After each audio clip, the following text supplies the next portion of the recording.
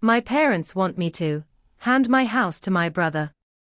The words echoed in my head, as if repeating them out loud might somehow make them disappear.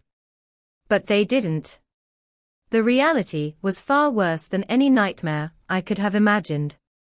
I, Lena, had bought my house with years of hard work, countless late nights, and sacrifices that my parents had quietly observed, occasionally praising, but never fully supporting.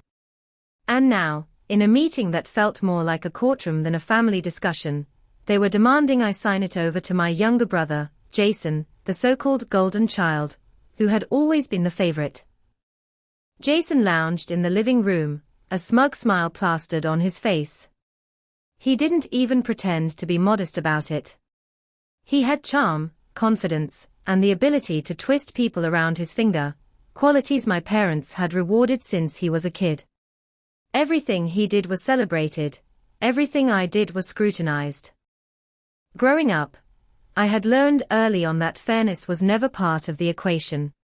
Mom cleared her throat, her voice trembling slightly but firm. Lena, this is for the family. Jason needs the house, and we think it's best you. I cut her off. Best for who? For Jason. Or for you, Mom? My heart raced, frustration and disbelief fighting for dominance. I worked for this. Every brick, every bill, every decision was mine. How can you even ask me to just give it away? Dad shifted uncomfortably in his chair. He avoided my gaze, muttering something about family unity and keeping the peace. But I knew better. They weren't keeping the peace. They were consolidating control, rewarding Jason and testing me. Jason leaned back, crossing his arms, still smiling that irritating, self-satisfied grin. Come on, Lena. Don't make this harder than it needs to be. You know Mom and Dad are right. I opened my mouth to argue further, but then I remembered my lawyer, Mr. Patel, waiting in the car downstairs. A calm, clever man who had been handling my property affairs for years. Someone who had seen the way my parents had tried to manipulate me over money and assets before. I excused myself, heart pounding, and called him in. His eyes scanned the papers my parents had prepared. Then he laughed, softly at first, then more confidently. Not mockingly, but in that way that made the room's tension crack like ice. What's so funny? Mom asked, suspicious, her hands trembling on the dining table. This, he said, pointing to the documents, isn't just wrong, it's legally absurd. If Lena signs this, it won't hold up in court for a second. In fact, his grin widened. I might even enjoy seeing how your plans unravel. I felt a chill, a spark of hope, and an unease that tingled in the pit of my stomach. My parents looked startled, and Jason's grin faltered ever so slightly. Something had shifted. The dynamic had changed. And in that moment, I realized, this battle wasn't just about a house. It was about control, respect, and finally standing up for myself. Little did they know, my lawyer's laughter wasn't just amusement. It was the opening move in a game they weren't ready to play. The days following that confrontation were tense, almost unbearable. I tried to act normal, but the cracks in my family's facade were impossible to ignore. The first red flag came in small, almost imperceptible ways. Mom started whispering to Jason on the phone when she thought I wasn't around, her voice unusually cautious, almost secretive. Sometimes they would laugh softly, a sound that made my stomach twist. I couldn't hear the words, but the tone alone told me something was being planned behind my back. Then there were the subtle shifts in attention. Jason, who had always basked in their approval, suddenly got more than usual, extra money, hints of inheritance, and promises of future business opportunities. Every mention of family assets, or legacy plans, seemed to favor him, and every time I spoke up, it was dismissed. Don't worry about it, Lena, my mom said one evening, brushing off my questions about the house. But the hesitation in her eyes betrayed the truth. They were trying to manipulate me without being fully honest. Even small interactions stung. At a family gathering, Jason got the best seat, the largest portion of food, and praise for a minor accomplishment. I was told to wait for my turn, a phrase I hadn't heard since I was a child. Watching him be rewarded while I was sidelined, I felt the unfairness like a weight pressing against my chest. Money matters raised even deeper suspicion. My father, who had always been cautious with finances, suddenly approved transfers for Jason's accounts without question. Documents I had requested as part of my personal business planning were delayed or redirected. Even my lawyer noticed. "They're trying to control the narrative," he said quietly during one call. The emotional toll was crushing. I found myself pacing at night, stomach knotted, replaying conversations and analyzing every glance, every word, every interaction. Could my parents really be this blind to fairness? Or were they deliberately choosing sides? And Jason, was he truly innocent? Or was he the architect of my marginalization? One evening, I caught my mother hiding a folder in her study when she thought I wasn't looking. My pulse spiked, my heart thumping with suspicion. I wanted to confront her, to demand answers, but I held back. Patience, my grandmother's voice echoed in my mind. Observation first. Strategy second. Even as I struggled with anger, hurt, and disbelief, I knew one thing: something was off. Very off. And the closer I looked, the more the signs of favoritism and manipulation piled up, painting a picture of betrayal I couldn't yet fully grasp.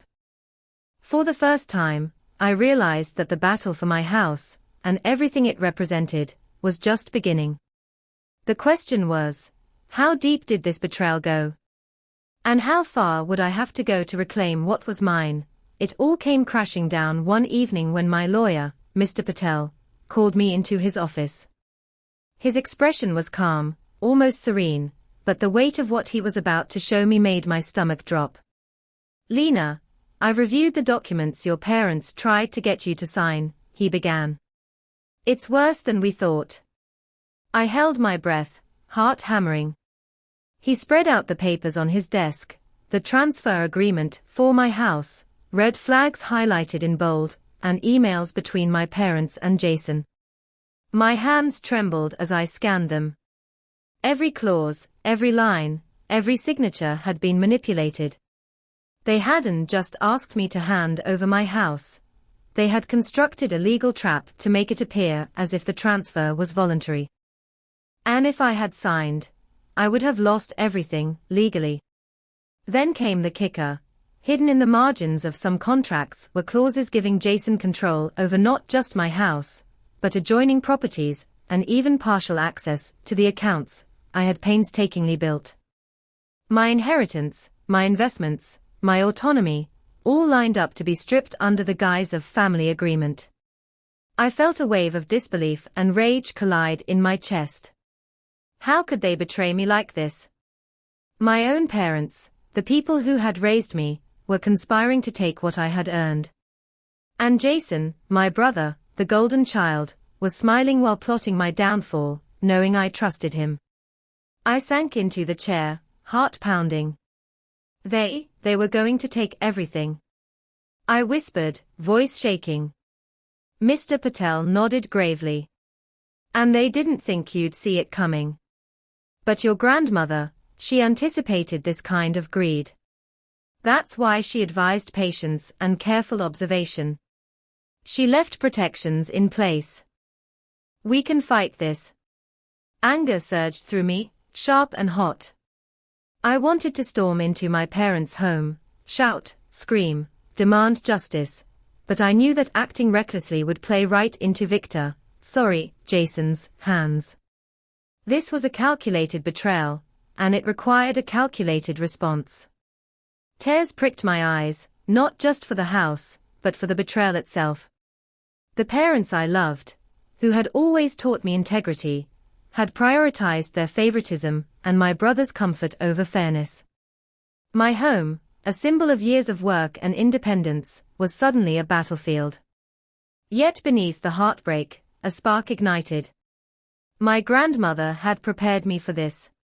There was a way to reclaim what was mine, legally, decisively, and without giving them even a hint that I knew the extent of their manipulation.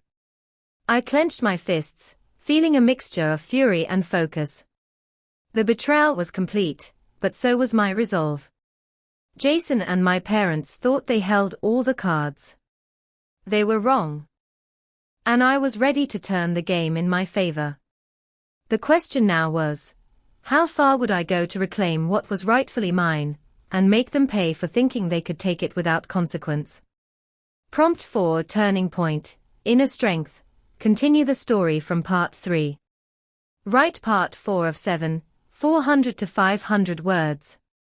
Show the hero shifting from hurt to determined. Add a powerful realization, or trigger moment where the hero decides to fight back. Make the transformation emotional and natural. High voltage sign must stay true to the betrayal in the title. I spent that night pacing my apartment, the weight of betrayal pressing down on me like a storm. The documents Mr. Patel had shown me replayed in my mind over and over, every manipulated clause, every hidden signature, every deceitful email. I felt a mixture of rage, heartbreak, and disbelief. My parents, my own family, had tried to rob me of everything I had built. And yet, amidst the hurt, a spark ignited. Grandma's words echoed in my memory, patience and observation are your greatest weapons. Don't rush, Lena. It wasn't just advice, it was a call to action. For years, I had allowed others' judgments and favoritism to dictate my sense of worth. Jason had thrived in their approval, while I had fought quietly to prove myself. But now, the realization hit me, my value, my power, and my rights weren't determined by anyone else, not by my parents, not by Jason, and certainly not by their schemes. They had underestimated me, and that was my advantage. I sank into my chair and took a deep breath. The hurt was still there, but it began to transform into determination. I wasn't powerless. I had knowledge, legal protections, and a clear path outlined by both Mr. Patel, and indirectly, my grandmother. Their arrogance had blinded them, they believed I could be bullied, manipulated, or frightened into compliance. They were wrong. The trigger moment came when I reviewed one clause in the documents. A tiny, overlooked legal safeguard, a contingency Grandma had inserted in case someone attempted to seize my property. The clause could nullify any transfer that wasn't fully consensual and supported by independent verification. Victor, Jason, I corrected myself silently, had assumed victory, but he had walked straight into a trap. A surge of clarity washed over me. This wasn't just about a house anymore. It was about asserting my autonomy, reclaiming respect, and proving that I would not be undermined. I wasn't the hurt child in their favoring game. I was the heir to a legacy of strength, cunning, and foresight. I stood up, fists clenched, and whispered to myself, they think they control the story. But they have no idea what's coming. By morning, the transformation was complete. The fear and heartbreak had not vanished, but they had sharpened into focus. I had a plan, the legal leverage, and the confidence to see it through. Jason and my parents believed they had cornered me, but they had overlooked one crucial element. I had patience, strategy, and resolve on my side. The battle wasn't over, it was just beginning. But I knew, with unwavering certainty, that this time, I would be the one standing victorious. And in that moment, I realized, revenge wouldn't just be about reclaiming the house. It would be about reclaiming my power. I didn't rush. That was the first rule. If Jason and my parents believed anything about me, it was that I'd react emotionally, cry, shout, threaten. So instead, I smiled, stayed quiet, and let them think their plan was working. Step 1 was gathering proof. With Mr. Patel's guidance, I requested certified copies of every document my parents had tried to use against me, the transfer agreement, the emails, the messages, even the phone records. What they didn't know was that Grandma had insisted all her legal matters be handled through a monitored trust account. Every call Victor, my mom's new husband, had made to the notary, every rushed instruction, every attempt to bypass me, it was all logged. Late nights became routine. I sat at my kitchen table, laptop glowing, piecing together a timeline. The dates didn't lie. The signatures didn't match. And the biggest mistake of all.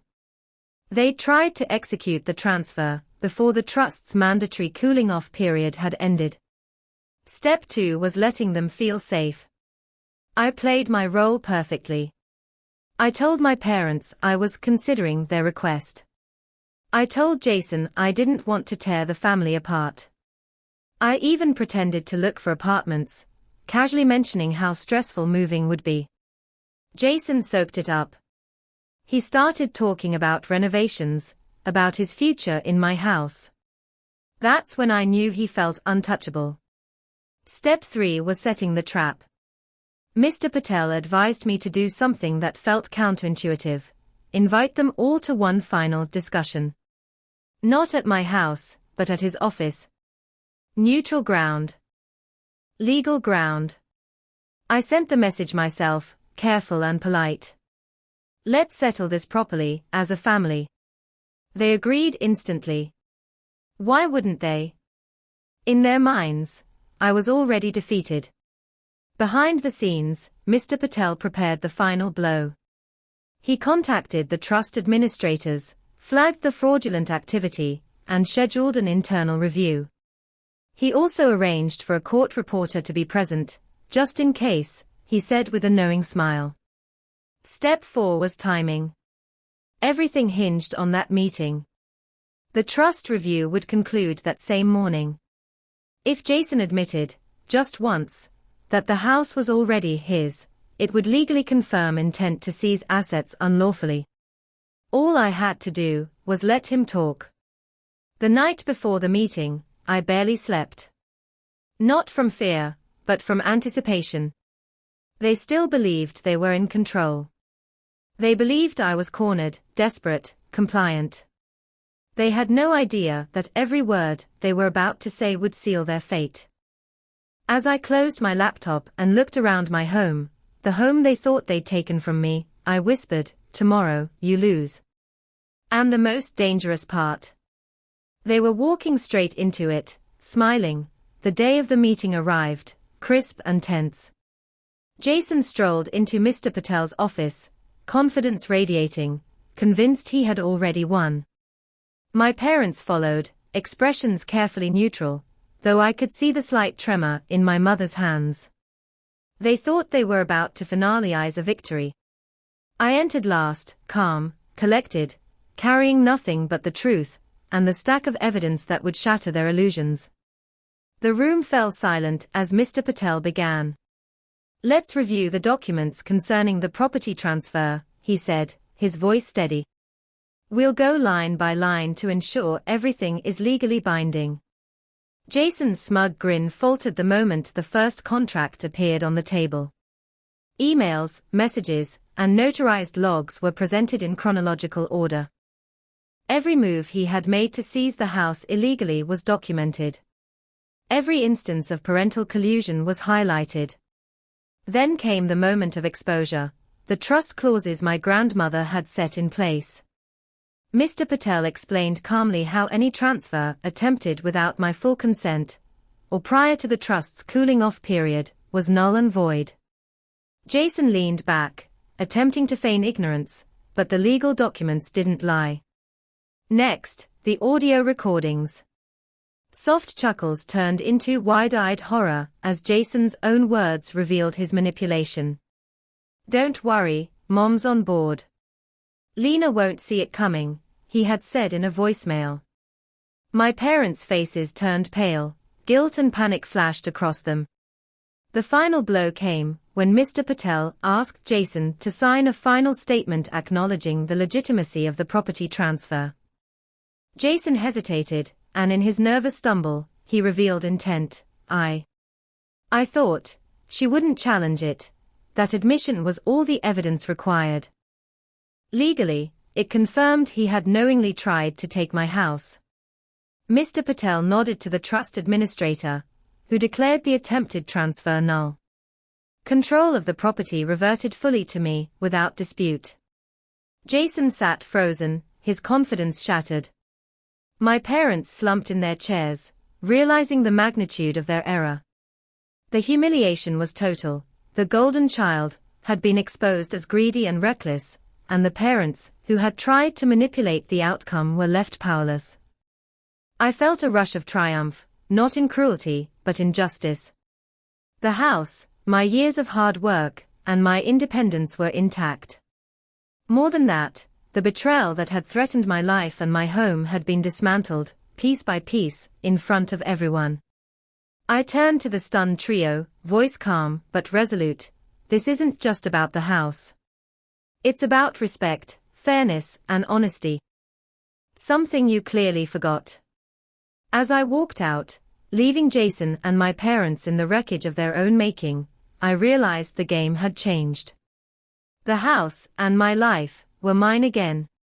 And for the first time, I smiled, knowing victory had been not just claimed, but deserved. The dust had settled, and for the first time in months, the house felt like mine, not just the walls and floors, but the life I had built within them. Jason's arrogance lay in ruins, his reputation shattered among family, friends, and even business contacts, who had once admired his confidence. My parents were quieter now, their favoritism replaced with a humbling awareness of what their blind trust in him had cost them. Walking through my home, I felt a strange calm.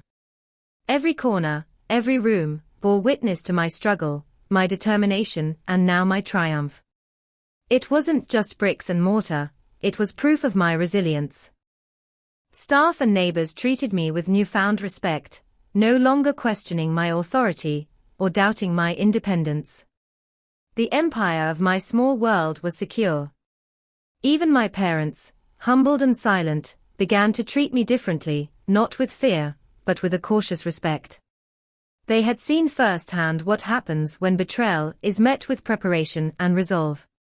The lesson had been harsh, but it was unforgettable. Jason, meanwhile, retreated from the spotlight. His charm, once so potent, was powerless against documented evidence and strategic planning. Calls went unanswered, and his attempts at public explanations crumbled under scrutiny. The man who thought he could take my house had lost not only the property, but the facade he had relied on. I sat in my office one evening, reflecting on the journey. The heartbreak, the sleepless nights, the tension, it had all led to this moment. I had transformed from a hurt, sidelined child into a strategist, a fighter, and a rightful owner standing tall. The betrayal had been painful, but it had forged me into someone stronger, sharper, and fearless.